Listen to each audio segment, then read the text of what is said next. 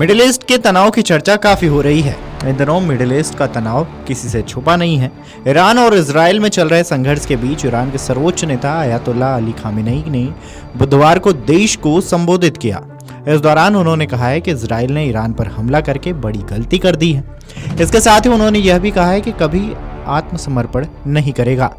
Khamenei ने Israel को चेतावनी देते हुए कहा है कि इजराइल शासन को यह जान लेना चाहिए कि हिट एंड रन का युग खत्म हो गया है, उन्हें उनके अपराध की सजा मिलेगी। इसके साथ ही उनकी ओर से कहा गया है कि ईरान आत्मसमर्पण नहीं करेगा। बता दें कि अमेरिकी राष्ट्रपति डोनाल्ड ट्रंप ने मंगलवार रात ईरान को चेतावनी देते हुए आत्मसमर्पण करने के लिए कहा था। अयातुल्लाह अली खामेनेई ने मंगलवार और बुधवार को अपने बयानों में अमेरिका और इजराइल को लेकर सख्त चेतावनी दी है। उन्होंने कहा है कि ईरान किसी भी थोपी गई शांति या युद्ध को स्वीकार नहीं करेगा। वहीं अमेरिका के राष्ट्रपति डोनाल्ड ट्रंप की तरफ से ईरान से बिना शर्त आत्मसमर्पण की मांग पर प्रतिक्रिया देते हुए खामेनेई ने कहा, जो लोग ईरान के इतिहास को जानते हैं वे जानते हैं कि धमकी की भाषा ईरानी जनता के लिए कभी काम नहीं करती। अमेरिका को पता होना चाहिए कि किसी भी सैन्य कार्रवाई का अंजाम अपूरणीय नुकसान के रूप में होगा। बुधवार को एक्स पर खामेनेई ने लिखा कि हमें आतंकवादी जायोनिस्ट शासन को जोरदार जवाब देना होगा।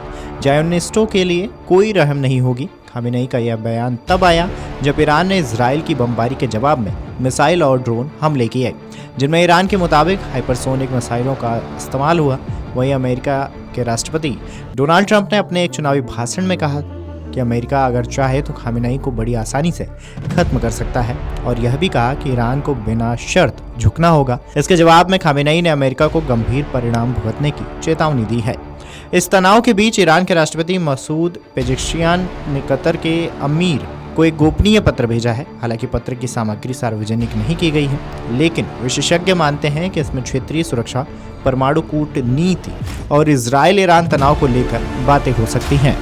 बता दें कि इजराइल ईरान युद्ध उलझते जा रहे हैं। इजरायली हमले का जिस तरह से ईरान ने जवाब दिया है, उसकी उम्मीद पश्चिमी देशों को नहीं थी। इजराइल ने ईरान के परमाणु सैन्य और ऊर्जा ठिकानों पर हमले किए।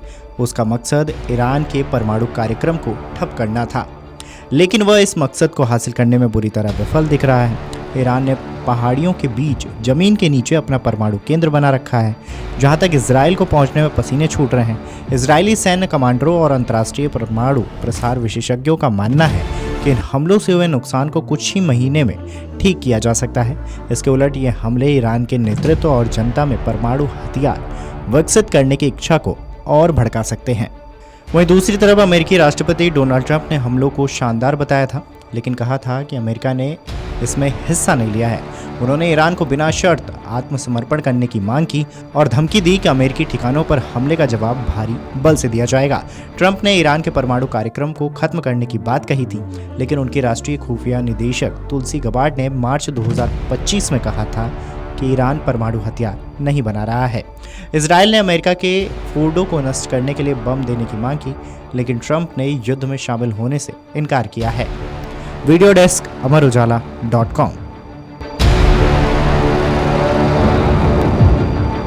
अगर आप ये वीडियो YouTube पर देख रहे हैं तो हमारे चैनल को सब्सक्राइब कर बेल आइकन दबाएं, और Facebook पर देख रहे हैं तो हमारे पेज को लाइक करें।